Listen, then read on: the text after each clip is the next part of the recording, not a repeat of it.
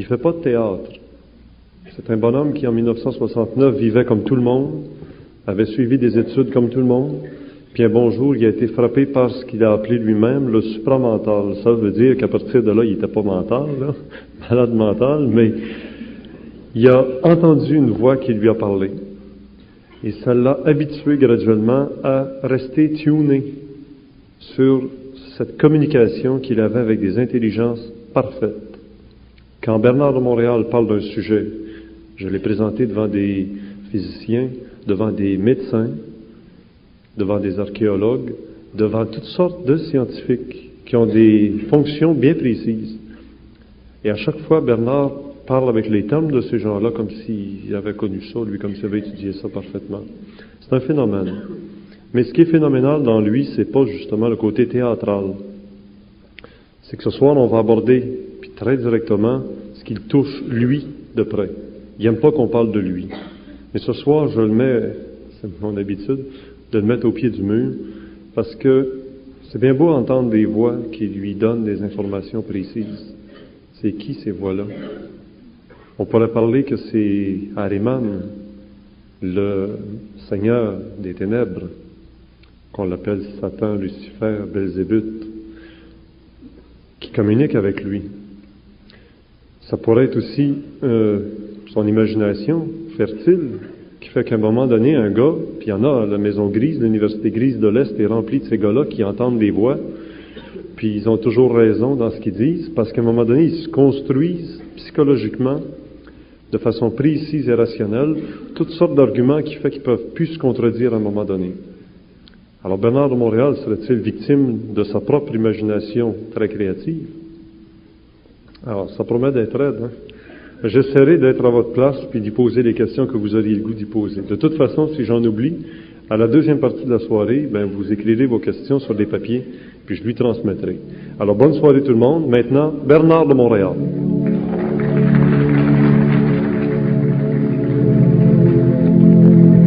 Bernard de Montréal, qu'on rencontre maintenant depuis 4-5 ans en conférence ou en symposium de fin de semaine, nous dit être en communication fusionnée avec le supramental. Fusionner en chimie, ça veut dire que les deux ne font qu'un. Parce qu'il y a fusion, c'est par le feu. Vous nous parlez de l'initiation solaire, qui est évidemment une manifestation du feu, de la lumière. Alors, Bernard de Montréal, je me pose 3 questions. Fusionner ou posséder par des esprits qui pourraient vous faire dire ou vous faire faire ce qu'ils veulent en dehors de votre libre arbitre, puisque vous dites ne plus en avoir, ne plus penser non plus. Fusionner ou posséder, ou alors fusionner ou imaginatif. À un moment donné, l'imagination créative vous a fait penser des choses, conclure des choses, et un bon jour, ça devient une vérité pour vous, rationnelle, rationalisée, comme diraient les psychologues, qui fait qu'aujourd'hui, vous ne pouvez plus vous tromper, ni vous contredire, et tout ce que vous amenez fait partie d'un développement très intelligent. Mais il n'y a rien à voir avec la présence d'esprit invisible.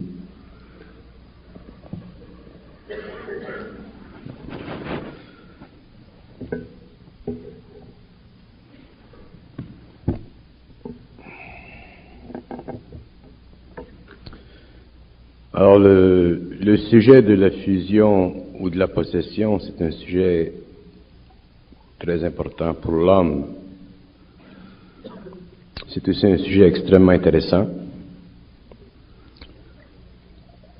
C'est un sujet qui est très simple, mais qui peut apparaître très complexe lorsqu'on est en dehors du sujet. Pour comprendre la différence entre ce que vous appelez la possession et la fusion, il faut d'abord établir la différence entre les deux. Établir la différence dans ce sens que l'intelligence, qui est le seul outil de l'homme, doit être capable d'expliquer la différence. Si on n'est pas capable d'expliquer la différence entre deux phénomènes, on est prisonnier d'un phénomène ou de l'autre. Si on peut expliquer la différence ou les lois phénoménologiques de l'esprit concernant un phénomène quelconque, à ce moment-là, on peut tirer au clair le réel de l'imagination et on peut tirer au clair le réel de l'impression, on peut tirer au clair la puissance du réel sur l'intelligence de l'homme.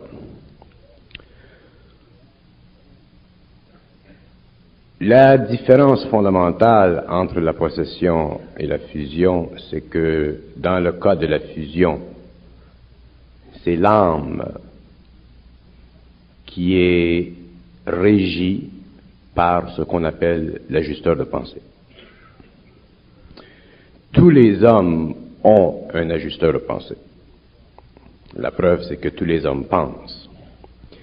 Mais tous les hommes n'ont pas encore percé le voile du phénomène de la pensée, de sorte que les hommes ne sont pas conscients de leur ajusteur de pensée.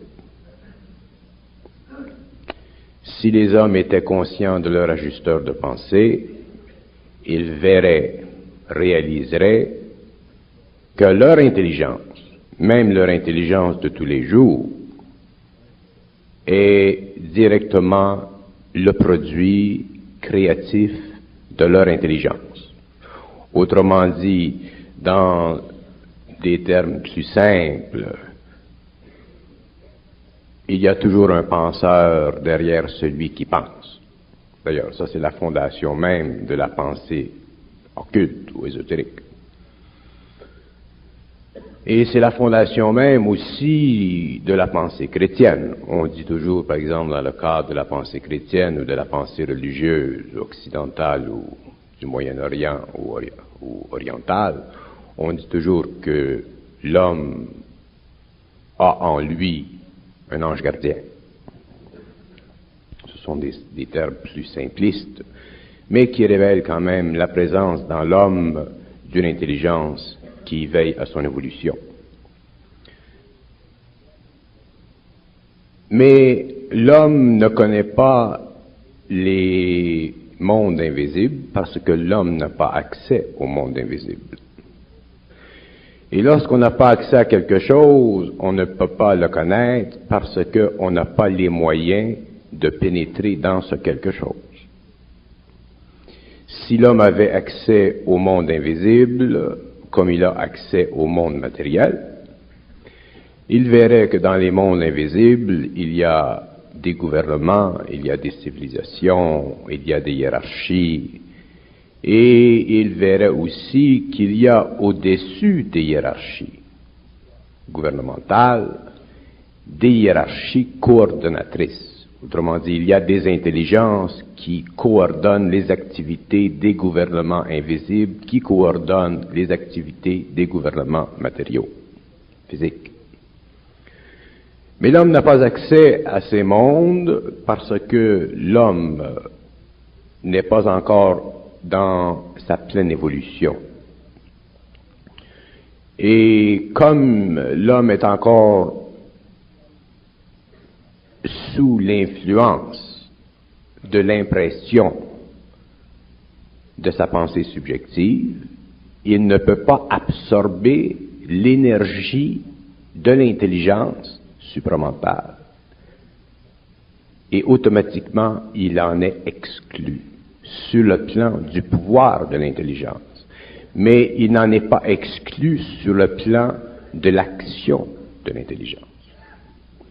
Si l'homme était inclus dans l'action du pouvoir de l'intelligence, des forces qui coordonnent les activités au-dessus des gouvernements invisibles, à ce moment-là, l'homme serait en communication mentale et télépathique avec les intelligences ou l'intelligence ou le principe de l'intelligence qui régit l'évolution des univers. Mais ceci ne nous clarifie pas sur le problème de la possession. La possession, c'est un phénomène personnel. Ce n'est pas un phénomène cosmique. La possession, c'est l'empire de l'esprit sur l'esprit de l'homme. La fusion, c'est l'uniticité de l'intelligence, du principe de l'intelligence avec l'âme de l'homme. Tous les hommes, au cours de l'évolution, devront un jour fusionner, être un au niveau de l'âme avec le principe de l'intelligence, le principe de la volonté et le principe de l'amour. Dans le cas de la possession, l'individu, au niveau de son esprit personnel, de ses pensées personnelles, de son imagination personnelle, qui fait partie de la qualité de la pensée personnelle, est sous l'empire d'une autre intelligence, d'un autre esprit, qui fait partie d'un monde invisible, que l'on appelle dans le jargon ésotérique le monde de l'astral, ou le monde des esprits. Et un homme qui est sous l'empire ou qui vit sous l'empire de la possession vit la même angoisse qu'un homme qui vit l'expérience de la fusion dans ses tout débuts. Parce que lorsque l'homme, dans sa condition existentielle, dans la condition qui lui permet de vivre l'expérience du libre arbitre jusqu'au jour où il puisse être libre, cet homme a besoin de se croire libre en pensée. Il a besoin de vivre son libre arbitre, l'illusion de son libre arbitre, jusqu'au jour où il puisse entrer dans la fusion de son intelligence avec l'intelligence du supramental. Mais un homme qui est sous l'empire d'une intelligence dans le monde de l'astral, dans le monde des esprits, ne peut pas vivre cette expérience d'une façon continue. C'est-à-dire qu'il est obligé de vivre la possession, l'illusion de la possession, la forme de la possession, ce qui lui est imposé par l'autre esprit dont il est l'esclave ou dont il est le prisonnier. Il est obligé de vivre cette possession jusqu'au jour où il puisse soit la détruire ou être détruit par elle.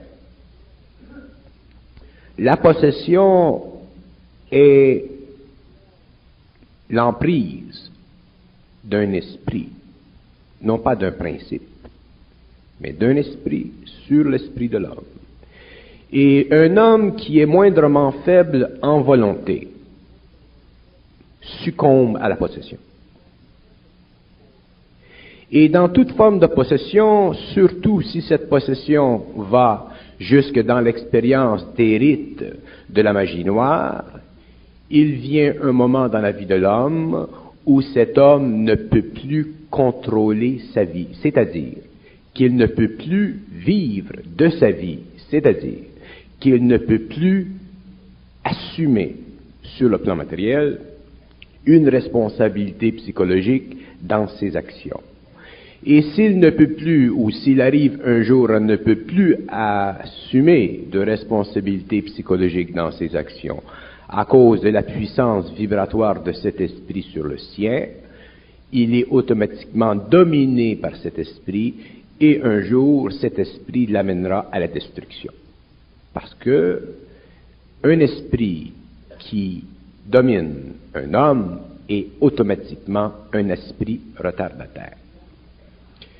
C'est contre les lois de l'ordre, c'est contre les lois de la beauté, c'est contre les lois de l'amour, c'est contre les lois de l'intelligence, c'est contre les lois de la volonté, c'est contre les lois cosmiques de contrôler un homme.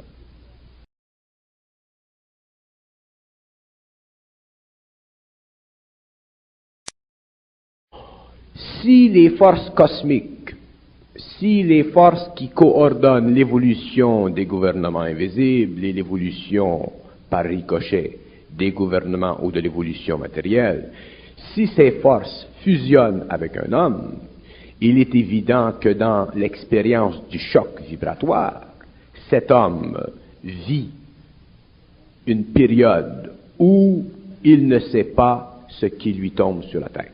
C'est normal.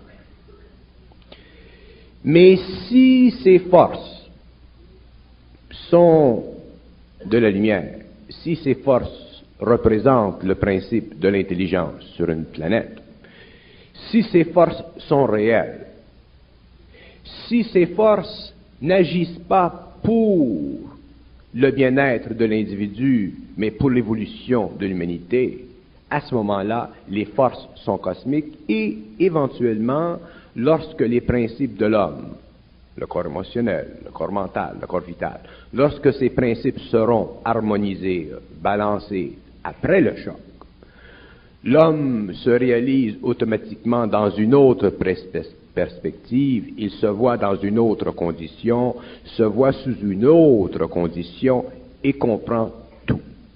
Il comprend tout parce qu'il n'a rien à comprendre sur le plan subjectif. Autrement dit, il n'a plus à penser.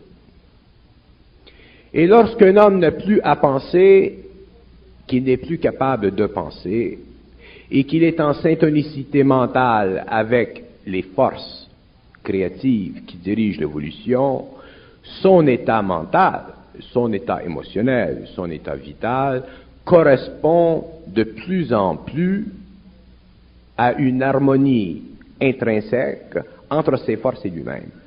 Et lorsqu'il y a harmonie entre ses forces et lui-même, ce qui est le résultat de l'initiation solaire, éventuellement cet homme est libre, il n'a plus de libre arbitre à cause de la fusion entre l'âme et la source créative.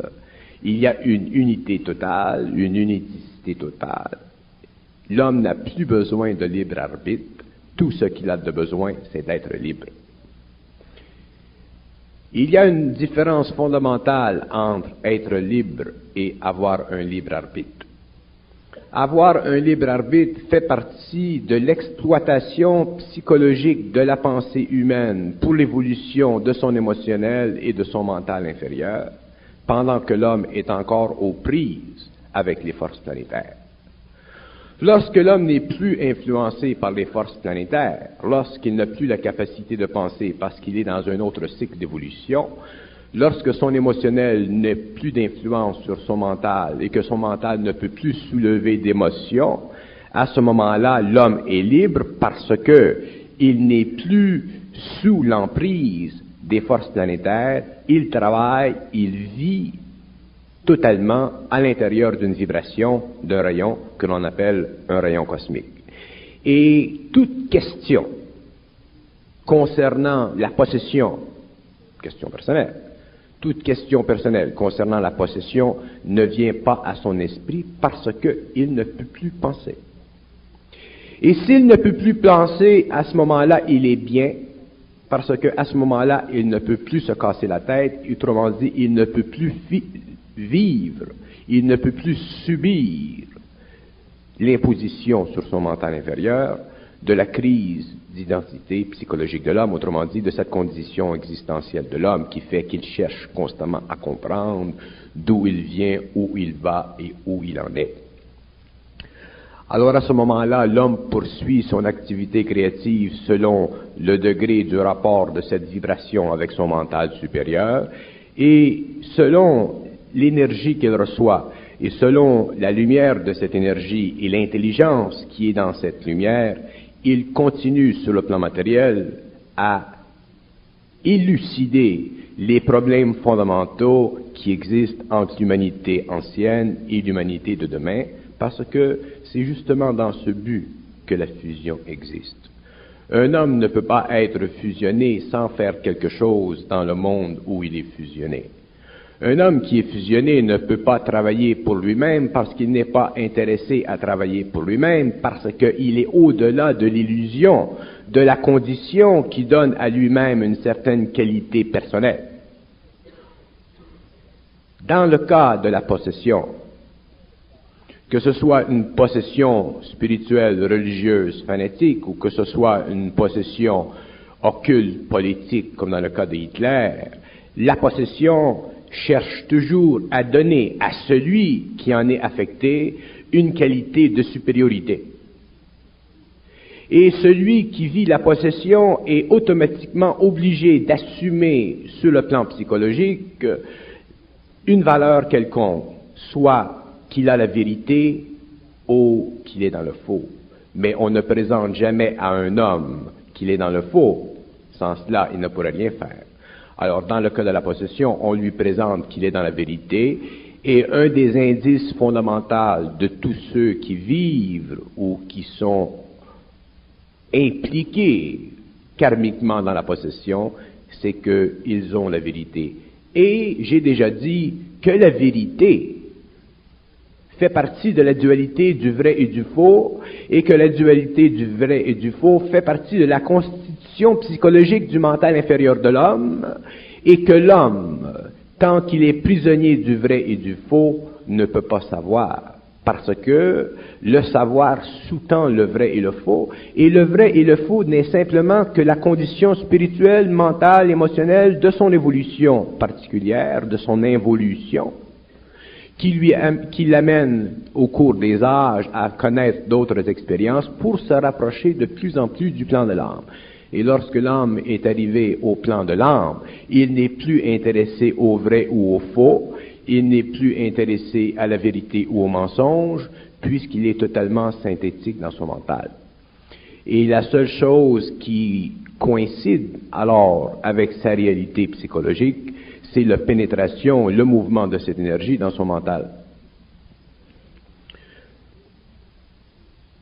Que vous souleviez cette question pour élucider le problème de la possession ou de la fusion, c'est extrêmement important et beaucoup plus important que vous ne pouvez vous l'imaginer.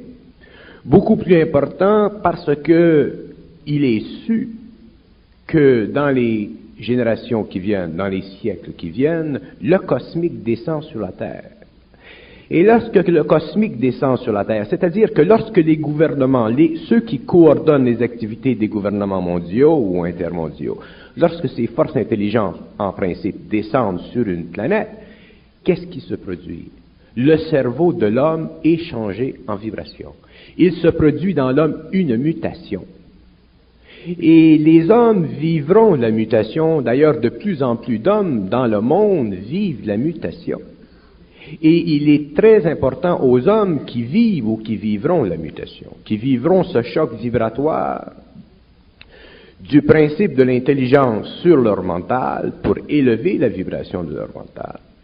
Il est très important pour ces hommes de savoir qu'est-ce qui se passe dans leur esprit. Et il n'y a aucune façon à l'homme de savoir ce qui se passe dans son esprit. Aucun homme ne peut, lorsqu'il est soit dans le choc de la fusion ou qu'il est dans l'apprentissage vers la possession, aucun homme ne peut jurer que les forces qui ont sur son mental une emprise sont bonnes ou mauvaises. C'est le temps qui le détermine. Et le temps est justement très important parce que le temps coïncide avec une période qui éclairera l'homme sur ses rapports avec lui-même et sur ses rapports avec les autres hommes. Et si un homme, parce que l'homme possède tout de même une conscience, même si elle est très petite, il possède tout de même une conscience. L'homme possède tout de même une âme. Et si l'homme possède une âme évoluée, il y aura en lui quelque part, dans son acheminement, une prise de conscience, une réalisation que l'intelligence qui est en fusion avec lui ou qui le possède doit coïncider avec ce que lui ressent.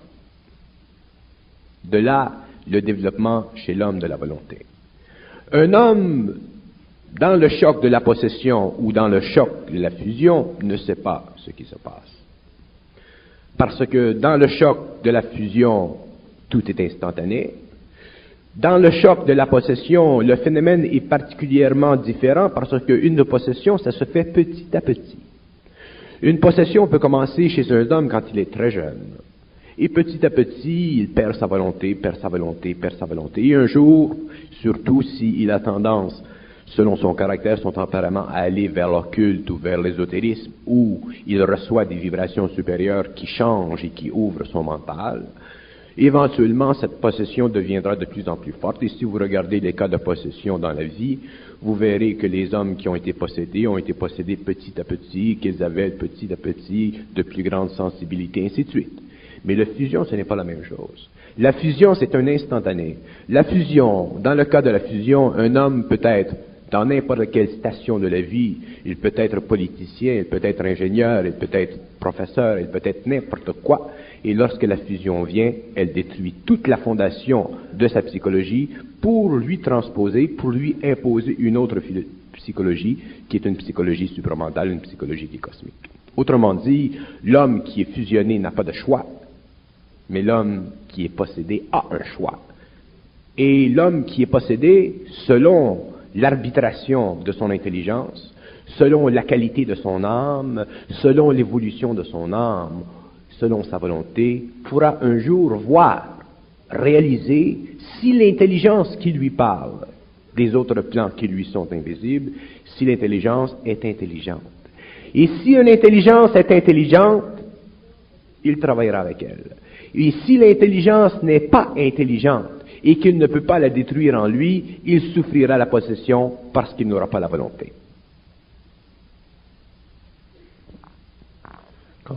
Quand on pense à la possession, on pense presque toujours à quelque chose de négatif, de péjoratif. Sainte Thérèse de l'Enfant Jésus, qui est capable de survivre sans manger. De Saint Curé d'Ars qui l'évite par possession. Ou d'autres qui subissent des possessions, dirons-nous, du bien. Comment les interpréter dans ce que vous dites? Il y a dans l'Église, surtout l'Église occidentale, l'Église de Rome, il y a eu un très grand nombre de phénomènes. Et les gens qui ont vécu des phénomènes extraordinaires, des phénomènes où leur corps vital a été réellement employé par des forces spirituelles. Quand je dis des forces spirituelles dans mon langage, ce sont des forces qui sont dans l'astral, que ce soit le bas astral, le haut astral, ce sont des forces spirituelles. Les hiérarchies qui contrôlent, qui coordonnent les activités des gouvernements invisibles ne sont pas des forces spirituelles. Ce sont des intelligences qui font partie de l'intelligence cosmique. Mais le mot spirituel, le concept spirituel, c'est un concept qui un jour n'existera plus dans le mental de l'humanité parce que l'homme aura dépassé cette condition d'existence psychologique. Mais tant que l'homme est encore lié et qu'il a encore besoin de la religion dans toutes ses formes, le concept spirituel existe. Et dans ce concept spirituel, l'homme doit réaliser que dans les mondes spirituels, il y a des forces qui cherchent à retarder l'évolution, comme il y a des forces qui cherchent à aider l'évolution. Et lorsqu'un homme est en contact avec des forces qui cherchent à aider l'évolution, qui cherchent à donner à l'homme, qui cherchent à donner à l'homme un aperçu du pouvoir de la lumière, qui cherchent à donner à l'homme un aperçu de la réalité qui transcende les murs de l'espace-temps, qui cherchent à donner à l'homme une vision psychologique d'un quelque chose qui est au-delà des murs de la mort, ces forces spirituelles aident à l'évolution de l'humanité. Et lorsque des hommes, sur le plan humain, sur le plan matériel, servent ces forces, comme dans le cas de Sainte Thérèse et d'autres, à ce moment-là, vous avez un phénomène qui est bénéfique à l'évolution spirituelle de l'humanité. Mais, un jour, l'homme, lorsqu'il sera supramental, ne pourra plus même servir les forces spirituelles. Parce que l'homme soit possédé par les forces spirituelles ou qu'il soit possédé par les forces négatives, sataniques, c'est une possession quand même. Que les forces sataniques créent la lévitation chez un homme, c'est une chose. ça peut intéresser les parapsychologues, mais lui, c'est pas un cadeau. Et que les forces spirituelles créent la lévitation chez un homme, c'est la même chose. Et ce n'est que lorsque l'homme sera dans le supramental qu'il aura combattu la puissance de l'intelligence cosmique et qu'il aura établi un équilibre entre l'intelligence cosmique et la sienne, la volonté cosmique et la sienne, et l'amour cosmique et le sien, qu'il pourra à ce moment-là renverser la polarité et ne plus jamais être influencé par les forces possessives, spirituelles négatives ou spirituelles positives, et c'est à ce moment-là que l'homme se servira des forces de l'âme, de son âme, et qu'il mettra l'âme à son service.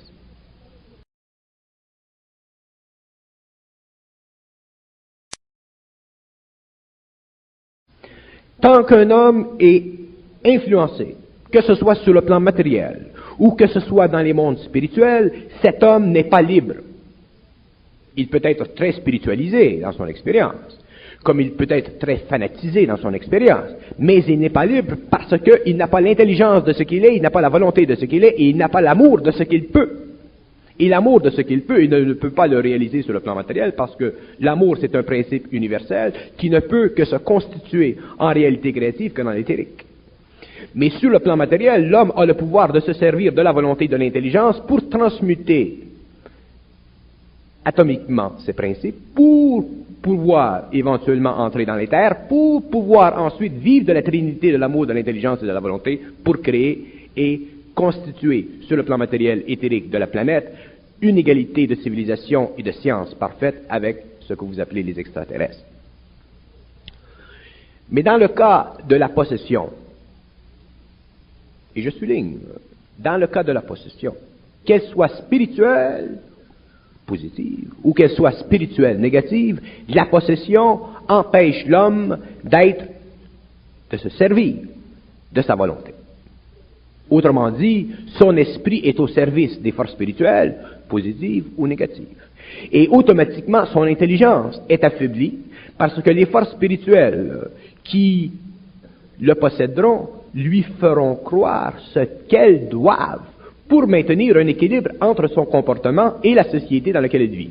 Alors, s'il est en contact avec des forces spirituelles positives, on lui dira que c'est le Christ. S'il est en contact avec les forces sataniques, on lui dira que c'est le Christ.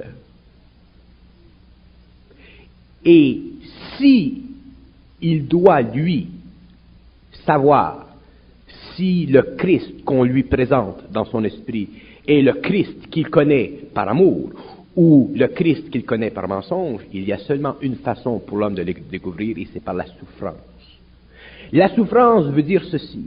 La souffrance veut dire le combat total, complet, entre son intelligence et l'intelligence qui est en lui. Et si l'homme combat jusqu'au bout l'intelligence qui est en lui, autrement dit, si l'homme en arrive à détruire les formes dont se sert cette intelligence, son intelligence grandira, sa volonté grandira, et éventuellement, il se servira de ses énergies pour le bénéfice de l'évolution, et non pour le bénéfice de son ego, ou sous la directive d'intelligence dans le monde des esprits. Il semblerait exister un code dans les cas de possession, que ce soit Padre Pio qui graduellement les stigmates du Christ, les clous, les marques marquées dans ses mains et dans son côté apparaissent sur son corps graduellement et finalement ça devient très évident. C'est à peu près la même manifestation sur le physique de d'autres qui subissent des possessions d'esprits négatifs. Mais justement, le code, j'aimerais qu'on en parle, parce que le code des esprits négatifs ne sera jamais le même que celui des esprits positifs. Jamais un esprit du mal utilisera l'eau bénite, les codes de stigmates, les choses qu'on utilise sur le plan positif. Ils ont chacun leur langage. Et on peut détecter déjà. Oui, la psychologie des esprits du mal et la psychologie des esprits du bien, si vous voulez, est totalement différente. Parce que, je vais expliquer quelque chose. Vous parlez de l'eau bénite, du code. Si jamais vous avez l'occasion de vous dédoubler et de visiter le monde des esprits, et que vous avez l'occasion d'y aller seul, c'est-à-dire d'y aller sans être accompagné, sans qu'on vous amène où l'on veut, mais que vous ayez la capacité d'aller où vous voulez dans le monde invisible, vous découvrirez deux choses. D'abord qu'il n'y a aucune différence entre le monde invisible et le monde matériel, et deuxièmement que l'homme qui peut aller à volonté dans les mondes invisibles a la capacité de voir jusqu'à quel point le monde invisible, spirituel, est condamné au mensonge. Et quand je dis que le monde invisible et spirituel est condamné au mensonge, je le dis d'une façon absolue. Je le dis d'une façon absolue dans ce sens, que s'il y avait quelqu'un dans la salle ici qui avait contact avec le monde spirituel, je serais capable de forcer l'esprit en lui à démontrer son jeu. Je serais capable de forcer l'esprit en lui à avouer à l'homme sur la terre que la lumière, elle est vécue parfaitement dans l'homme seulement lorsqu'il est en fusion, et que lorsque l'homme est dans le monde des esprits, il n'a pas accès à la fusion. Autrement dit, ce que je veux dire, c'est que l'homme en fusion et les hommes de demain qui vivront la fusion ne pourront plus être assujettis au mensonge, soit volontaires des forces spirituelles négatives, ou soit de service des forces spirituelles positives. Parce que l'homme de demain ne pourra plus croire, parce qu'il aura sa propre intelligence. Et lorsque l'homme de demain ne pourra plus croire, parce qu'il n'aura plus la capacité de penser, parce qu'il faut penser pour croire, lorsque l'homme de demain n'aura plus la faculté de penser et qu'il ne pourra plus croire, il sera automatiquement dans le rayonnement de l'intelligence, du principe de l'intelligence, et de ce principe, à partir de ce principe, il pourra regarder tout sur le plan matériel comme sur le plan du monde des esprits et voir à travers. Parce que l'homme, un jour, doit être maître de la vie. Et l'homme, un jour, doit être maître de lui-même. Et l'homme, un jour, doit être maître de l'énergie de l'âme pour se servir de l'énergie de l'âme pour créer une nouvelle civilisation dans l'éthérique. On n'a pas commencé encore à parler de l'homme. On n'a pas commencé encore à faire comprendre à l'homme jusqu'à quel point l'homme de demain sera totalement différent de l'homme d'aujourd'hui. On n'a pas commencé à faire comprendre à l'homme que le monde des esprits spirituels positifs ou spirituels négatifs est un monde qui est prisonnier du temps et qui doit un jour ou l'autre revenir dans la matière, soit sur la planète Terre ou dans une autre galaxie pour l'évolution. Parce qu'on n'a pas expliqué à l'homme, ni dans les textes occultes, ni dans les textes ésotériques, et ni dans la fermentation cachée ésotérique des différentes religions, on n'a pas enseigné à l'homme le réel parce que le réel ne s'enseigne pas. Autrement dit, l'homme n'a pas encore reçu d'instruction mondiale concernant la nature des gouvernements invisibles et des vies et des mondes invisibles.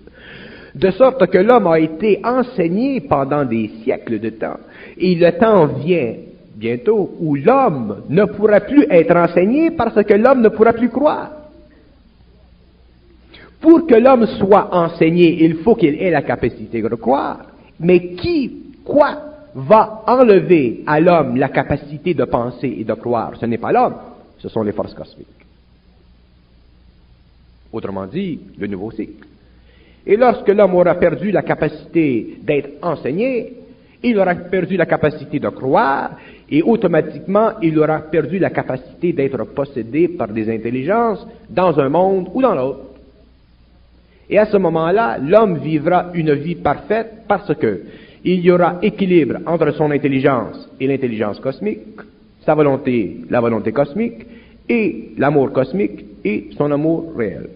Et à ce moment-là, l'homme entrera dans une autre vie, et selon la programmation de son évolution vers l'éthérique, il travaillera sur des plans qui aujourd'hui sont totalement inconcevables à l'homme cartésien qui pense. Alors que vous demandiez la question, que vous me demandiez de définir la différence entre la possession et la fusion, c'est une question extrêmement importante. D'ailleurs, c'est peut-être la plus importante que vous m'avez demandé jusqu'ici. Que vous me le demandiez à moi-même, c'est une bonne chose, parce que celui qui risque le plus sa vie mentale sous l'influence directive d'une intelligence extrêmement puissante, c'est moi-même. Mais celui qui est dans une position extrêmement précise pour expliquer le phénomène de la possession et de la fusion, c'est encore le même homme, parce que je n'ai en moi-même aucune capacité de réfléchir. Et comme je n'ai aucune capacité de réfléchir, je transpose sur le public le poids psychologique de la question. C'est-à-dire que ce n'est pas avec moi que demeure le poids de la question, mais il est transposé sur le public parce qu'un jour, le public devra vivre cette même question. Et il y a des individus dans le public qui devront vivre cette même question. Et déjà, ils auront été répondus par quelqu'un qui a vécu le même phénomène. Alors, la possession implique deux choses. Elle implique que l'homme pense et qu'il croit. Et elle implique deux autres choses, que l'homme perde petit à petit sa volonté. Et elle implique une autre chose, que l'homme soit au service de quelqu'un. Dans le cas de la fusion, l'homme n'est au service de personne. L'homme crée. Et être au service, et je le dis à ceux qui sont dans les écoles ésotériques dans le monde, lorsque l'homme comprendra le mystère de l'intelligence solaire, il comprendra que tous les enseignements qui ont été donnés par le passé par les maîtres étaient des enseignements de service, parce que devait se développer dans l'homme l'amour spirituel. Mais lorsque l'homme aura compris, que l'homme aura pénétré dans les dimensions supramentales de son existence et qu'il aura réalisé le principe de l'intelligence cosmique sur son mental inférieur, il verra que demain, au cours de la 6e race, au cours de la 7e race, au cours de l'évolution jupitérienne, il verra que lorsque l'homme sera en évolution dans le cosmos, que lorsque l'homme travaillera en tant que scientiste avec d'autres gouvernements, lorsque l'homme recevra des ordres précis concernant les activités de ces gouvernements invisibles sur la planète Terre, il verra que l'homme, à ce moment-là, ne peut plus être au service. Il est dans la volonté créative, dans l'intelligence créative, et il se sert de l'amour en tant que principe pour réorganiser sur le plan où il est la forme qui a été le produit de son expérience antérieure et qui coïncide avec la programmation cosmique intermondiale de tous les gouvernements de la galaxie. Autrement dit, l'homme aujourd'hui est entre deux étapes. L'homme aujourd'hui est prisonnier de la science. L'homme qui s'éveille commence à sortir de cette prison et commence à voir un petit peu plus, à sentir un peu plus, et l'homme demain ne pourra plus penser parce qu'il devra voir. L'homme ne peut plus se permettre de penser parce qu'il ne peut plus se permettre d'être influencé par un autre homme ou par un esprit qui veut le posséder sur un plan. L'homme doit savoir. Et savoir veut dire savoir. Savoir, c'est absolu. Mais pour l'homme, de vivre d'une façon absolue, c'est impossible tant qu'il pense, parce que tant qu'il pense, il a de l'émotion. Et s'il a de l'émotion dans ce qu'il pense, il ne peut pas recevoir du cosmique, autrement dit de ce principe de l'intelligence, des valeurs vibratoires, autrement dit de l'énergie trop grande, parce qu'elle bouleverserait ses émotions, puisqu'il pense. Si je peux vous dire à vous, ou si vous receviez dans votre mental de l'information précise, éclatante, pour vous faire réellement vibrer, votre émotion serait affectée et vous ne pourriez plus travailler parce que vous pensez. Si on vous disait, Richard Glenn, en 1994, il se produira telle chose dans ta vie, le choc vibratoire vous influencerait jusqu'en 1994 et automatiquement, vous ne pourriez pas vivre votre vie normalement. Alors, pour que vous puissiez recevoir de l'information précise qui est inéluctable, il faut que vous ne puissiez pas penser. Et à ce moment-là, vous pouvez recevoir n'importe quoi parce que vous ne pouvez pas penser. Alors, vous ne vous faites pas de soucis avec ce que vous recevez et automatiquement, vous pouvez vous servir de ce que vous recevez pour instruire l'homme, mais non pour lui enseigner. Et instruire l'homme veut dire ceci. Instruire l'homme veut dire lui parler comme il doit être parlé et non comme on voudrait qu'il soit parlé. Parce que l'homme, à cause de son affection, à cause de son ego, de sa spiritualité, à cause de sa recherche de la vérité. Quelqu'un me demandait il y a quelques jours, qu'est-ce que c'est la vérité? J'ai dit, la vérité, c'est tout ce qu'on aime entendre. C'est ça la vérité. Et le mensonge, c'est l'opposé. Mais dans l'intelligence cosmique, ce n'est pas ce qu'on aime entendre qui nous vient, ou que ce qu'on n'aime pas. Ce qui nous vient, c'est ce qui nous vient. Et ce qui nous vient, on doit le supporter lorsqu'il vient. Et pour que nous puissions le supporter sans défaillance, nous ne pouvons pas penser. Alors, ne pas penser, c'est normal lorsque l'homme est en fusion, comme c'est normal lorsque l'homme n'est pas en fusion. Mais lorsque l'homme n'est pas en fusion et qu'il est sous l'influence psychologique d'un esprit, il doit être suffisamment fort dans sa volonté, suffisamment grand dans sa petite intelligence pour voir le jeu de l'esprit, ce que j'appelle la forme. Et tant qu'il n'a pas combattu suffisamment pour pouvoir voir le jeu de l'esprit, pour être aussi fin que l'esprit, aussi intelligent que l'esprit qui lui parle, l'homme est en danger. Un homme qui n'est pas aussi intelligent que l'esprit qui lui parle, il est en danger d'influence. Et c'est ça la possession. Et la possession, je vais vous dire, on parle de la possession sur un plan public, sur un plan vaste.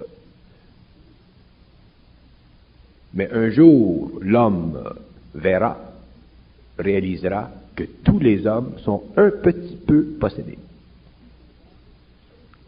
Parce que tous les hommes sont un petit peu influencés par le monde des esprits.